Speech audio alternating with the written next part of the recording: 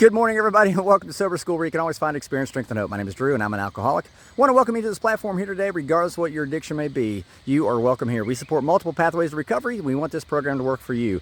If you're watching this in the Recovery Classroom Facebook group page, we encourage you to share your own experience, strength, and hope, and your own words of wisdom. You never know who needs to hear what it is you have to say, and it may just change someone's life, including your own. If you do decide to post, we encourage you to follow this Facebook posting guidelines. When folks come here looking for words of encouragement and hope, we want them to find that hope and those words of encouragement rather than finding people who just want your Cash App tag or want to find a date. So do encourage you to follow those Facebook posting guidelines. I want to talk this morning about resentments and really making amends, I should say. This morning I got to finally make amends for something that was like 2 years old. Matter of fact, I never did a 4-step on it. I never did a 10-step because I didn't think it was about that big of a deal.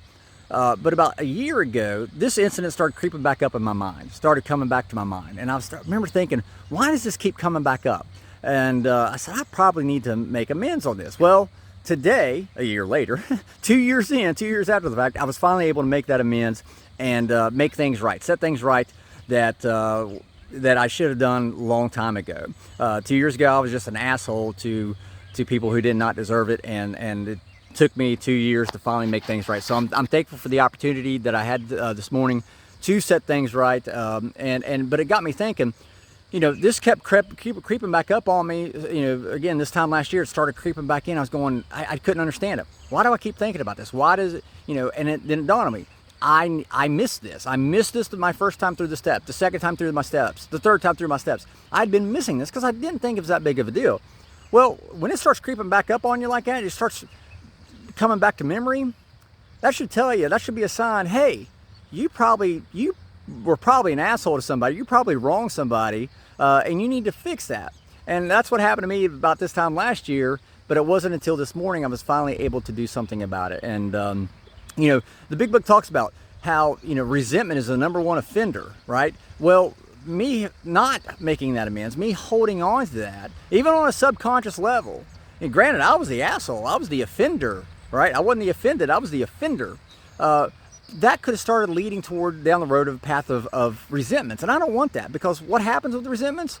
I go back, and I've come way too far to turn around and go back to the opposite direction I just came from. So again, I encourage you, if something keeps coming back up to memory that you didn't think was really that big a deal, chances are it's probably a bigger deal than what you thought.